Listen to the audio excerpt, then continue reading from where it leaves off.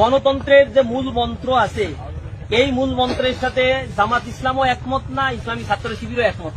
এটা একটি কুফরি মতবাদ, এটা হচ্ছে শিরকি মতবাদ। এটা একটি কুফরি মতবাদ, এটা হচ্ছে শিরকি মতবাদ।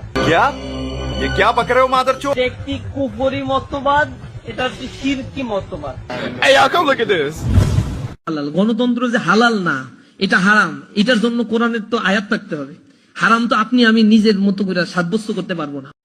গণতন্ত্র হারাম, পার্লামেন্ট হারাম, মেম্বার যারা হয়েছে তারা হারাম, সব মুশরিক, সব কাফের।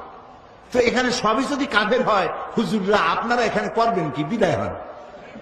আপনাদের পছন্দ মতো কোন দেশ থাকলে সেই দেশে চলে যান। গণতন্ত্র হারাম। আব্রাহাম লিঙ্কনের গণতন্ত্র আমরা বিশ্বাস করি না। আমরা বিশ্বাস করি ও আমরুহুম শুরা বাইনাহুমের, আল্লাহর দেওয়া গণতন্ত্রের একটু বিশ্বাস করি। গণতন্ত্র হারাম। তাহলে সরকার বদলের সিস্টেম কি বলো? জবাব দাও।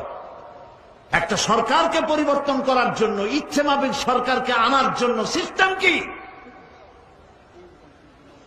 সুতরাং এই সমস্ত কথা বলে মানুষকে বিভ্রান্ত করার কোন যুক্তিপূর্ণ কারণ নাই। লিফলেট ছড়ানো বন্ধ করো। গণতন্ত্র হারাম বলে মানুষকে বিভ্রান্ত করো না।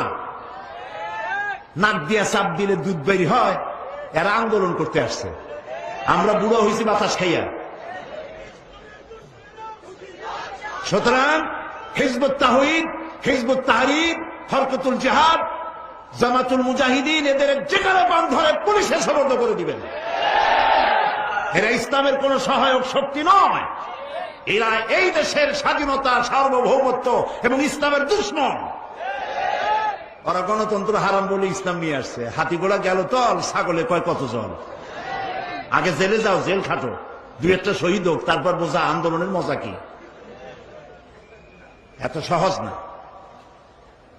সেই জন্য আপনারা আপনাদের যুবক সন্তানদেরকে ঠেকাবেন, অতি উৎসাহী হয়ে যেন এই সমস্ত খারাপ সংগঠনের সাথে মিলে গিয়ে দেশের সর্বনাশ না করে, এই শান্তিপূর্ণ পরিবেশকে যাতে সর্বনাশ না করতে পারে, সকলের চোখ সেই জন্য উন্মুখ হয়ে থাকতে হবে।